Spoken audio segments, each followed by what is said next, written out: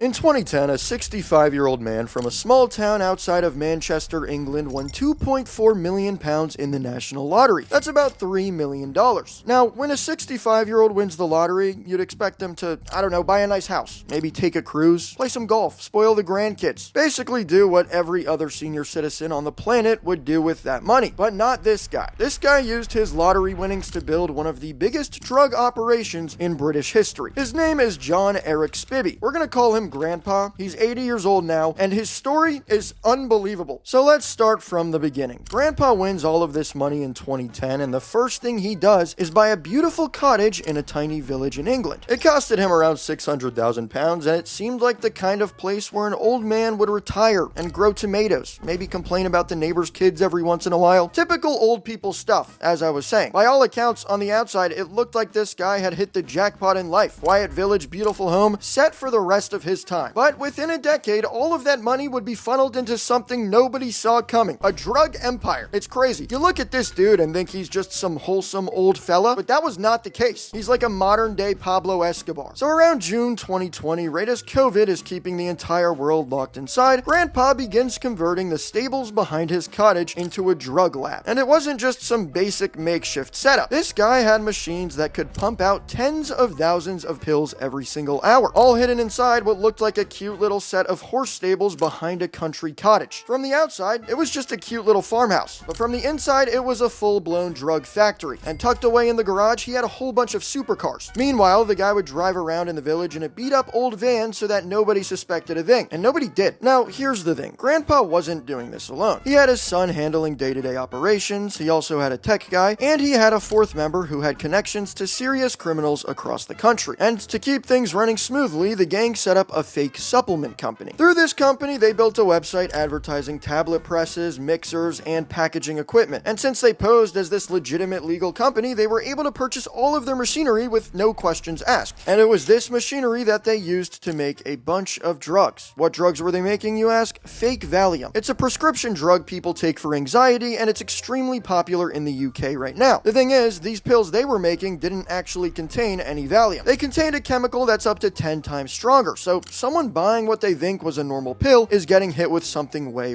more dangerous than expected. And it was working. It was really working. Business was booming so much that one factory eventually wasn't enough. That's when Grandpa bought a second unit in another town. So now he has two factories running at the same time, and at their peak, a single delivery driver was shipping over 37 million pills a year. To put that into perspective, the estimated street value of 37 million pills here is around 288 million pounds. It was around this time when Grandpa actually hopped in the gang's little group chat and said Elon and Jeff best watch their backs, which in my opinion is a bit much. I mean, come on, man. Elon Musk is launching rockets. Jeff Bezos runs Amazon. You're running a drug cartel out of a cottage. You cannot try to sneak yourself into the GOAT conversation like that. Now, as if running the biggest fake pill operation in UK history wasn't enough, the gang was also doing more. They were dealing in guns. And not like a pistol in a drawer somewhere. I'm talking about AK-47s, silencers, ammunition, pretty much every gun or gun accessory you can think of. And these guns and accessories were being supplied all across the country. So at this point, Grandpa has two drug factories, millions of pills, supercars hidden in the garage that he doesn't even really use, and a stockpile of automatic weapons. This man is living a whole double life. If you see him out in public, you would never know. But eventually, it all comes crashing down. Now, before we get into how, a lot of you guys have recently been asking me how I even find these stories because, I mean, a title like this isn't something you come across too often. And honestly, I spend a ridiculous amount of time researching, like hours just doom scrolling and going down rabbit holes, which takes forever. And one thing I never want to do after a whole day of that is cook, which is why I've been using Factor, who's sponsoring today's video. Factor sends fresh, never frozen, chef-crafted meals straight to your door, and they're ready in 2 minutes. You literally just heat it up, you eat it, and you're done. That's it. And for someone like me who's either deep in research or in class, not having to think about what to eat is a game changer. Not to mention, all of the food is incredible. The protein is what really sold me. Most of their meals pack over 30 grams of complete protein, some up to 53 grams. And as someone who's trying to stay consistent in the gym, that is huge. And everything's made without refined seed oils, refined sugars, or artificial colors or sweeteners, so you're actually fueling your body with clean food that will make you feel good. They've got over 100 options every single week: meals, salads, breakfast, shakes, and plans for whatever fits your needs. Whether that's high protein, calorie smart, low carb, whatever your goals are. Head to factor75.com or click the link below and use the code H1T1FB50 to get 50% off your your first box and free breakfast for a whole year. That's code H1T1FB50 at factor75.com to get 50% off plus free breakfast for 1 year. Okay, now that I'm done eating, it's time to get back to it. How do you take down an 80-year-old drug mastermind operating out of a countryside cottage? Let's talk about it. Well, everything they did was through something called EncroChat. For those who don't know, EncroChat was this encrypted phone platform that a bunch of criminals across Europe were using to communicate. Basically, EncroChat made these modified phones that cost thousands of dollars with the camera and microphone removed. And every time a message on one of these phones was sent, it would eventually delete automatically. It's reported that about 60,000 people used them worldwide, and apparently around 90% of the people who did use them were criminals, which really makes me wonder about the other 10%, because owning a phone with no camera, no microphone, and self-destructing messages is a really wild choice for someone claiming to be innocent. Maybe they just never got caught. Now, the phones themselves weren't technically illegal, but police across Europe kept on finding them on criminals during raids, and eventually they were like, why does every single drug dealer we arrest have the same phone? Obviously something was up with these phones. It was later discovered that the servers were based in France, so French police eventually hacked the servers. Once they were in, they could read every single phone's messages in real time. By the time the platform figured out what was going on and told all of its users to destroy their phones, it was already too late. The cat was out of the bag. The UK ended up getting access to all of that data too, which led to a ton of arrests across the country. And buried within the millions of messages, they found one account linked to Grandpa's group, and those messages in that group chat revealed everything. Discussions about drugs, firearms, and plans to expand the operation even more in the future. So now police are onto them. On April 1st of 2022, police spotted two of the guys loading boxes from a shipping container into a rented van headed to a hotel in Manchester. They pulled it over, and inside of it were 2.6 million fake pills. That's like over 5 million pounds worth, around $7 million. But remember, this gang was a 4-person squad. Only 2 of them had been caught. Grandpa and his son were still back at the cottage, but at this point, police knew everything. It was too late. 6 weeks later, police raided multiple properties belonging to Grandpa. They seized the firearms, the ammunition, industrial machinery, and mountains of counterfeit pills and raw materials used to make them. Grandpa and his son were both arrested. And you'd think at this point, caught with drug factories, guns, and millions of pills, they'd just hold their hands up and admit it. But no, they both denied everything and claimed they had no idea what was going on. So it went to trial. And in court, the information that came out changed the entire story. This is where we learn a lot about Grandpa's past. The trial took place in November 2025, about 5 years after they started. And this is where things get interesting, because during the trial, the court revealed that Grandpa had a, quote, significant criminal record with a, quote, long history of similar crimes. Crimes that went back well before the lottery win. Now, the court never really revealed what exactly those crimes were. I wish I knew, but whatever they were, there were enough of them for the judge to call him a millionaire criminal father with a long history of offending. So really, this was never an innocent man who went down the wrong path after he won the lottery. This was never some retired grandpa who snapped and decided to become a drug lord. That would have been really odd, and makes a lot more sense when you realize this was a career criminal who happened to win the lottery and suddenly had the startup capital to go industrial. And when the sentencing came down, the judge did not hold back. He called this the largest production of drugs of this nature ever uncovered by police. And it was all happening in some old dude's cottage. That's crazy to me. He said the scale was truly horrifying, and then he turns to Grandpa and said, despite your lottery win, you continued to live a life of crime beyond what would have normally been your retirement years. This man is telling an 80-year-old that he should have been gardening, not manufacturing drugs. I think we can all agree. But you know what? To Grandpa's defense, he did build a pretty crazy legacy. I'm not saying it's a good legacy, but it is a crazy one. Most 80-year-olds are like fighting over bingo cards. This guy was fighting for market share in the underground drug business. As messed up as it is, you gotta respect the hustle this guy had, I guess. I hate saying that. Now, Grandpa's defense tried to argue that one of the other guys was the real mastermind, just the old throw the homies under the bus tactic, I guess, but the judge wasn't having it. He said Grandpa was senior in both name and role. He was ultimately sentenced to 16 years and 6 months in prison. He's 80 years old, so he'll be in his mid-90s before he's even eligible for release, and he'll honestly probably die in prison. His son ended up getting 9 years, and the other 2 members got 9 years and 12 years. My favorite part about all of this is that the neighbors had absolutely no idea that a drug factory was running out of this relaxing little village. One farmer who lived nearby even said he just looked like a normal old man driving around in his battered van. He did say he saw the Lamborghini once or twice, twice and was a little bit confused, but didn't really think anything of it, which is kind of funny. Another neighbor said that they were shocked when he was arrested, which honestly makes sense considering the fact that this is like the type of village where the most exciting thing that happens is a new bench getting installed. And then they hear about a man who had AK-47s and a Lamborghini hidden behind his stables. I'd be shocked too. And he did this for years, and nobody noticed. What gets me about this whole story is the fact that this guy had already won. Literally, he won the lottery. That never happens. He had 2.4 million pounds. He had a beautiful cottage in the countryside. Everything someone could ask for. This guy could have lived the rest of his life in total comfort. Most people never get that opportunity, and if he wanted to stay busy, he could have just started a normal business. Most people would do anything for that opportunity. And I'm assuming with the effort that he put into the drug business, he could have just started a successful, normal, legal business, you know? But instead, he spent the last years of his life building drug factories, hiding supercars, stockpiling automatic weapons, and comparing himself to Elon Musk in group chats. And now he will probably die in prison. I guess some people really just don't realize when they've already won. Anyways, that is all for today. If you enjoyed, subscribe. Love you guys. I'll see you in the next one. Peace.